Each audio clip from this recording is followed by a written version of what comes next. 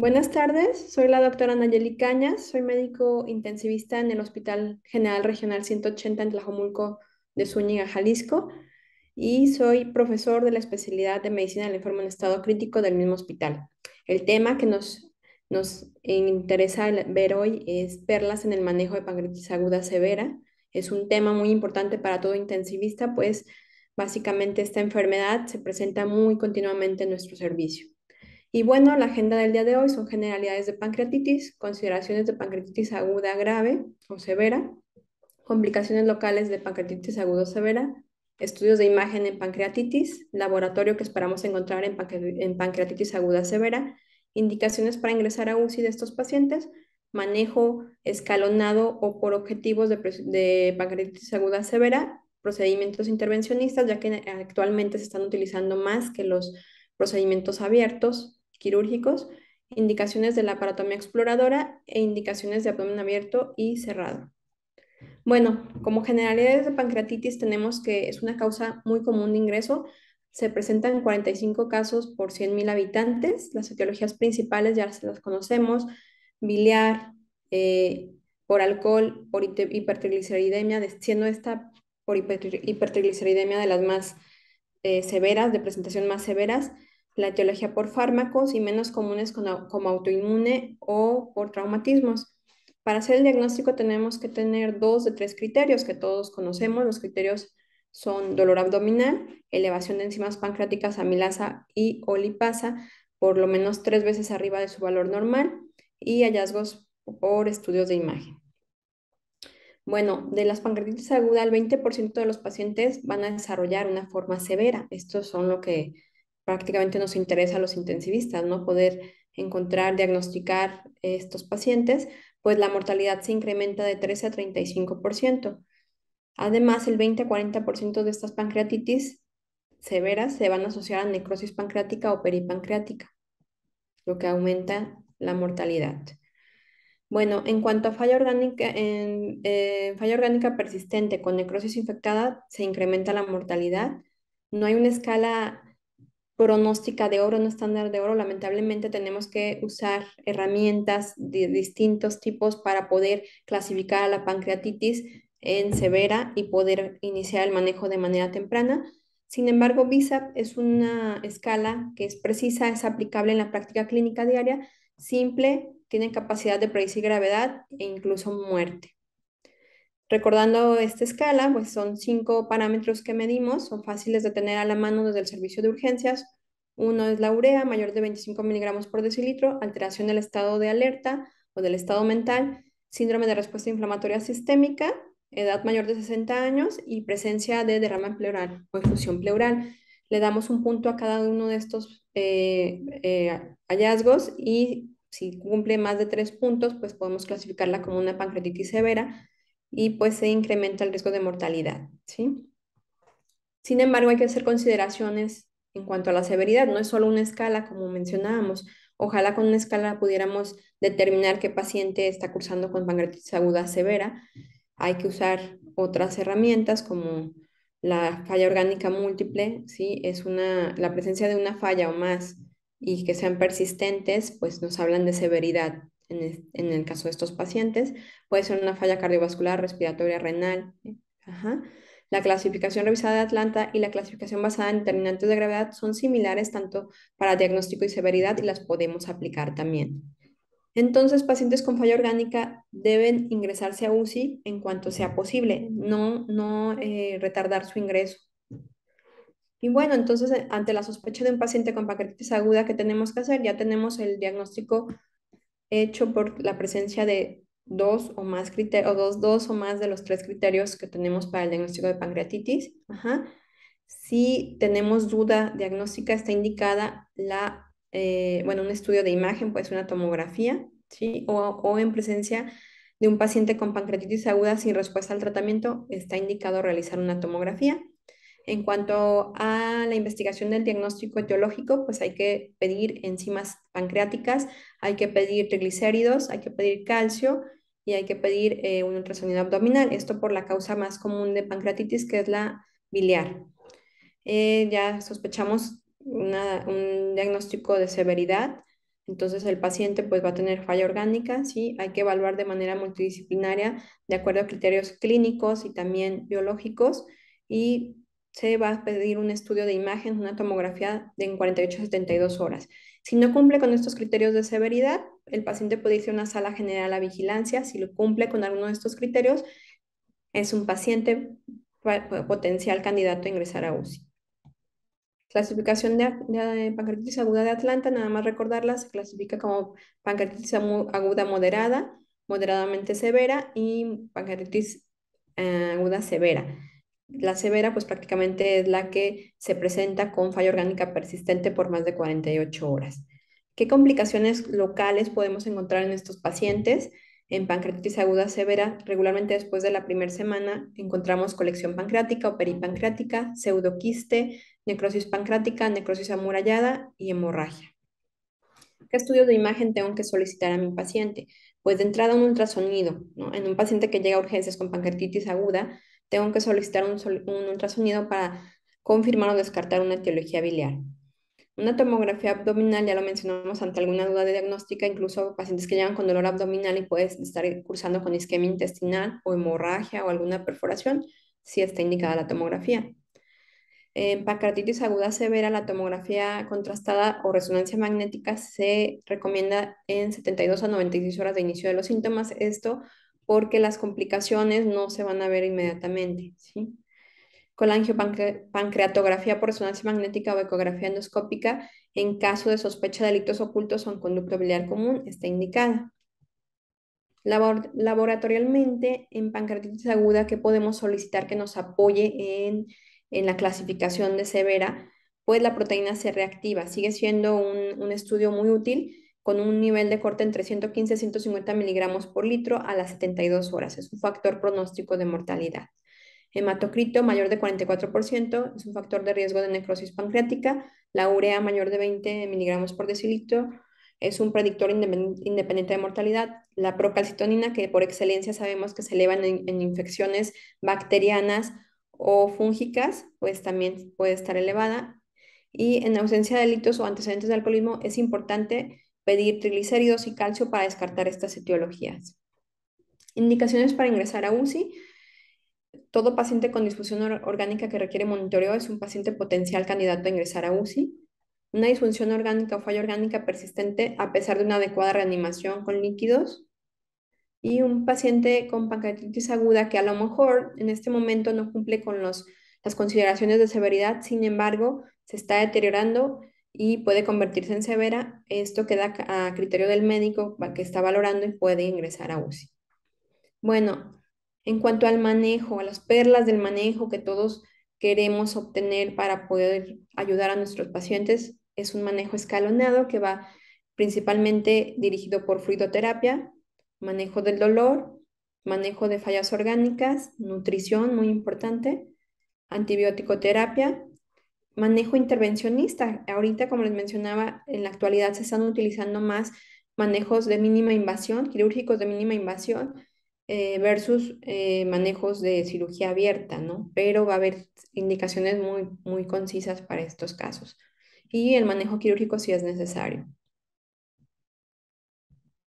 Bueno, en cuanto a la fluidoterapia, ¿qué tenemos? Tenemos que la reanimación temprana debe realizarse pues, lo más pronto posible con líquidos, optimizar los objetivos de perfusión tisular. ¿Qué objetivos? Los objetivos son la presión arterial, el gasto urinario, frecuencia cardíaca, las condiciones de nuestro paciente, pero debemos guiarlos reevaluando cada cierto tiempo a este paciente, ¿sí? Para evitar datos de sobrecarga y otras complicaciones que pueden incluso deteriorar a nivel respiratorio a nuestro paciente. Por lo tanto, echar mano de herramientas como el ultrasonido nos sirve para medir vena cava, para valorar vena cava, para valorar pulmón que no tenga datos de sobrecarga, ¿sí? Y dispositivos de monitoreo mínimamente no invasivo, ¿sí? Cristaloides, ese es el más recomendado, los cristaloides isotónicos, sobre todo el Ringer lactato, se han hecho estudios, Ringer lactato versus solución salina al 0.9%, pero el Ringer lactato sigue siendo el más adecuado porque presenta menos complicaciones en los pacientes. Pacientes con pancreatitis aguda severa ingresados a UCI, probablemente no se recomienda infundir volúmenes a grandes cantidades.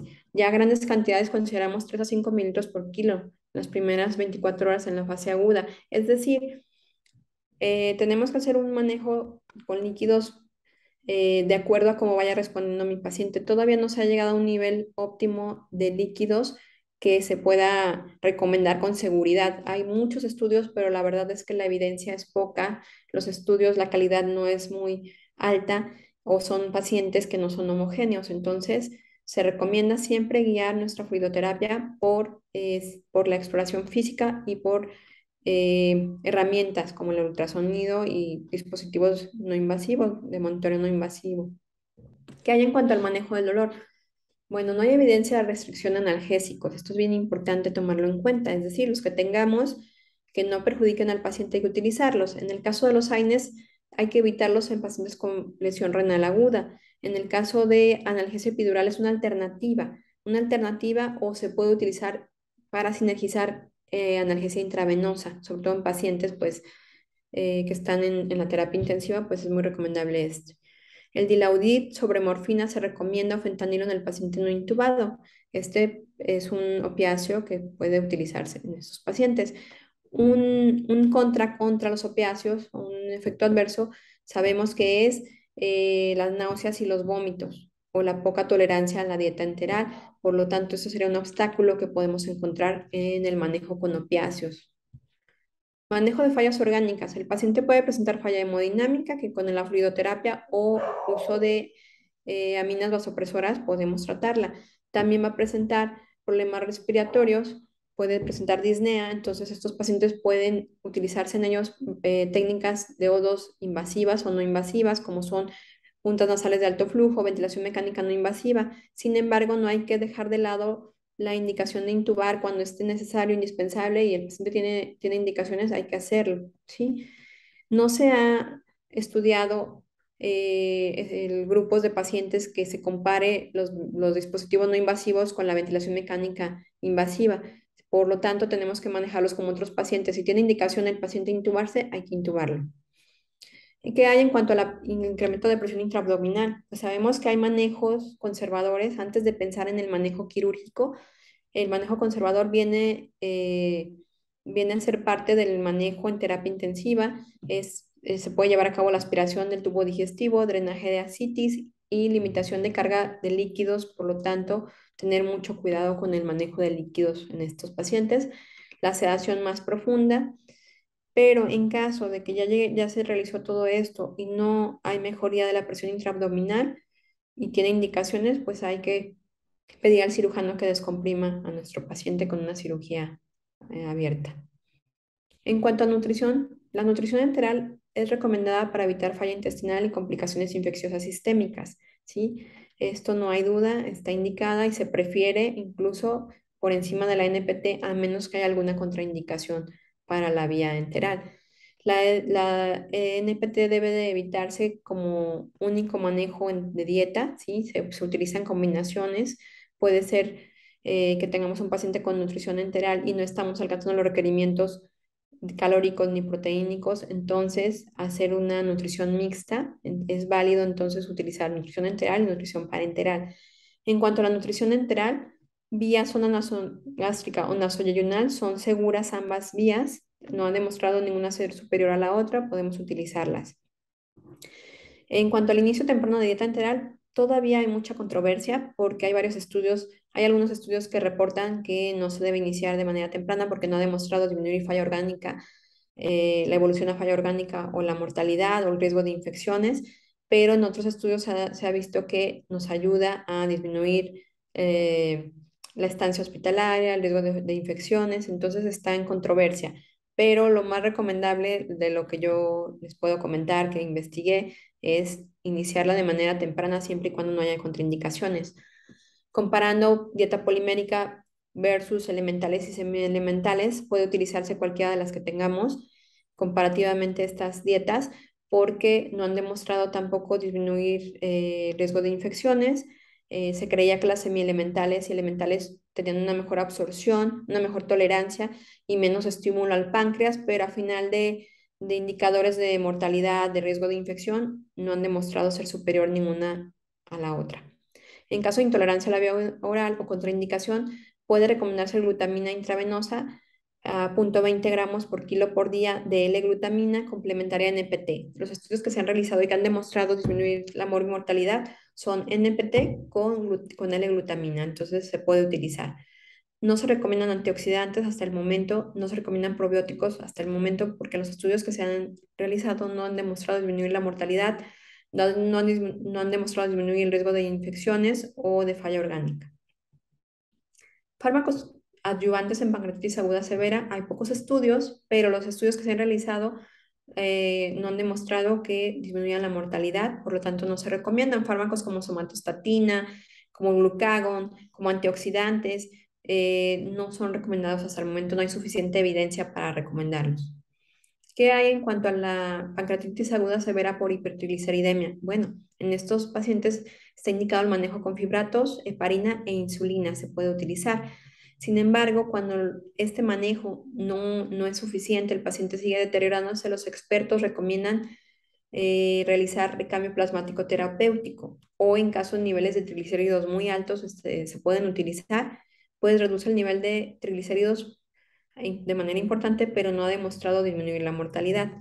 Estos dos tratamientos, fibratos, heparina e insulina versus recambio plasmático terapéutico, no se han comparado, no se han hecho estudios para decir cuál es mejor.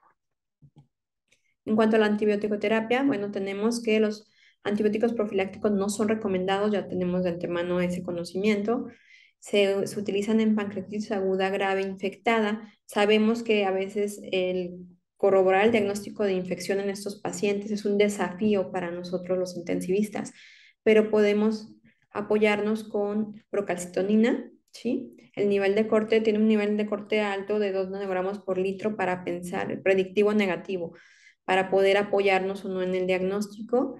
Podemos solicitar la aspiración con aguja fina guiada por TAC para enviar a cultivo y tinción de Gram, lo que se extraiga, ¿sí? De las colecciones, aunque de rutina no se utiliza esta aspiración porque hay muchos falsos negativos y podría distraernos, decir, salió negativo, no está infectado mi paciente. Entonces, por eso de rutina no se utiliza, pero debemos de ser muy conscientes en qué pacientes podríamos apoyarnos con esta técnica.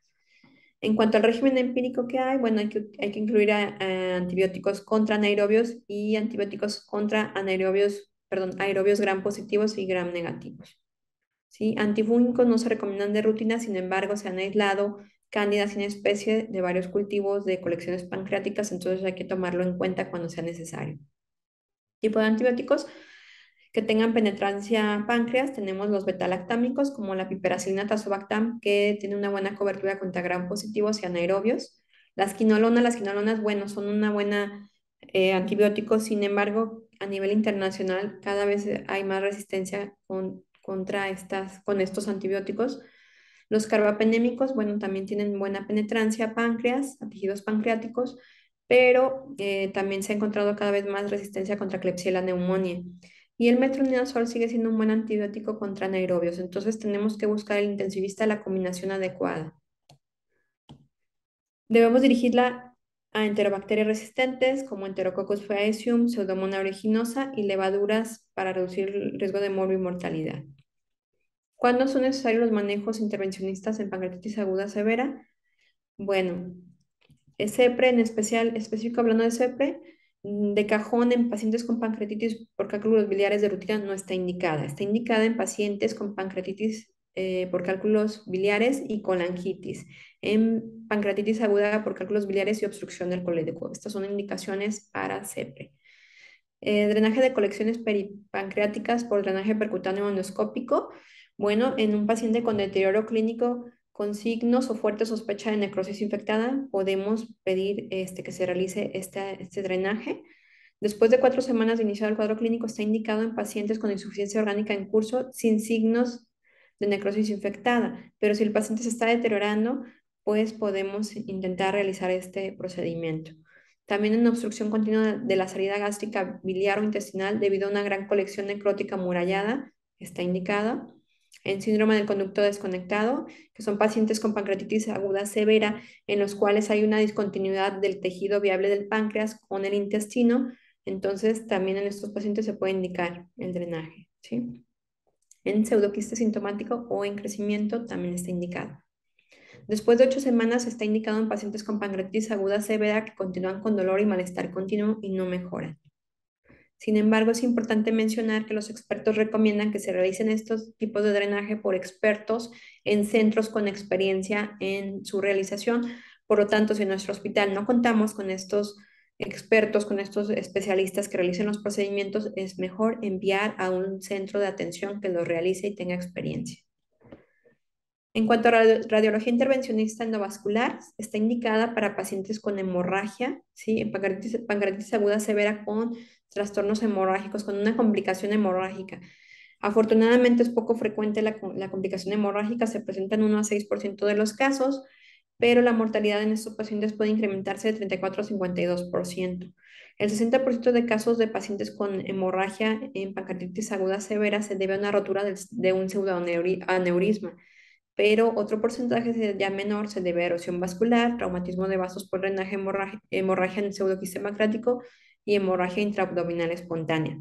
Se han hecho estudios retrospectivos que comparan la radiología intervencionista endovascular versus cirugía de control de hemorragias y pues se ha encontrado menor mortalidad en la radiología intervencionista endovascular. Intervención quirúrgica. ¿Qué tenemos acerca de este manejo?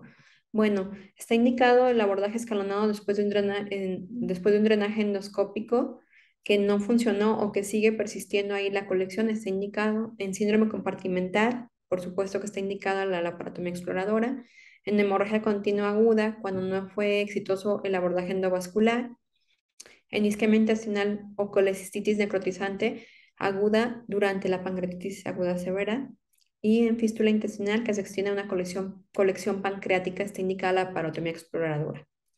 Pero el mejor momento de intervención quirúrgica, de acuerdo a las guías, los expertos y en la experiencia que se han documentado, es posponer a más de 4 semanas porque esto ha demostrado que disminuye la mortalidad en este tiempo.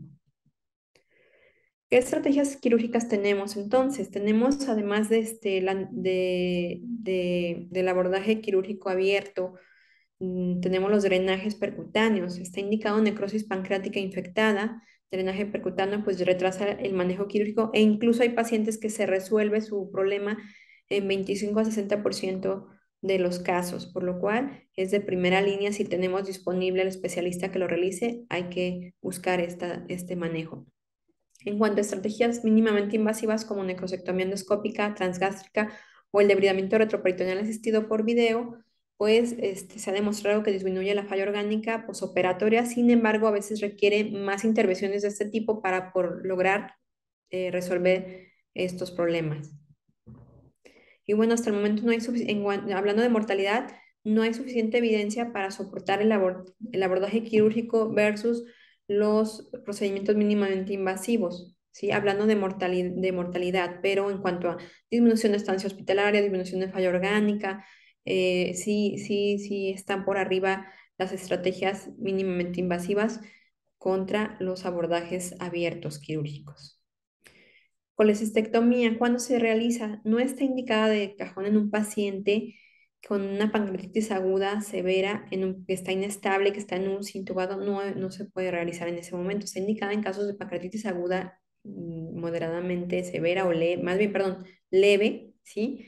O cuando se realiza CEPRE y esfinterotomía durante la admisión y el riesgo de recurrencia de pancreatitis está disminuida, entonces sí se puede realizar la colecistectomía. En cuanto a abdomen abierto, está indicado en pancreatitis aguda severa que no responden al tratamiento médico o conservador de hipertensión intraabdominal con síndrome compartimental. Entonces sí está indicado el abordaje abierto, la laparotomía exploradora, ¿sí?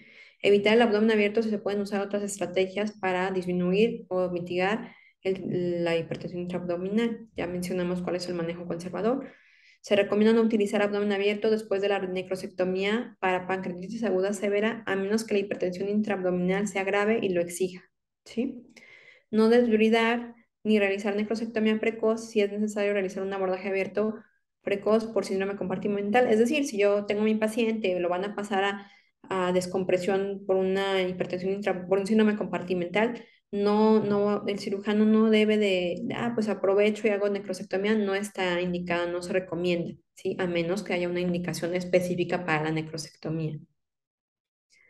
Se recomienda el uso de terapia peritoneal con presión negativa para el manejo en abdomen abierto, ¿sí? Esto es importante, no en todos los hospitales lo tenemos, pero está indicado para disminuir las colecciones, el líquido inflamatorio que se sigue produciendo e infectando, ¿sí? Se sugiere que se agregue tracción facial a estos métodos y la reexploración del abdomen abierto debe realizarse a más tardar 24 a 48 horas después de la primera cirugía, ¿sí? Además, debe de acortarse si es necesario, si el paciente se pasó a aseo quirúrgico y el paciente sigue deteriorándose, se debe de pasar lo más pronto posible a otro aseo, ¿sí? Cuando haya, bueno, ¿cuándo se va a realizar el cierre abdominal? Por fin, ya que el paciente ya cierre en su abdomen, en los casos en que haya cesado cualquier reanimación en curso, que el paciente esté prácticamente ya sin datos de infección, que no haya ninguna necesidad de volverlo a pasar a quirófano, entonces se va a considerar el cierre abdominal, que no haya necesidad de cirugía adicional, que no se requiera reexploración y que no se sospeche que haya síndrome compartimental abdominal.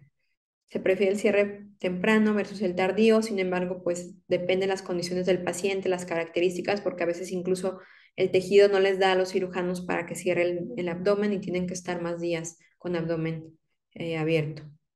Y bueno, eso es todo en cuanto a perlas en el manejo de pancreatitis aguda severa. Espero que les sea de utilidad y pues quedamos atentos a cualquier comentario. Gracias.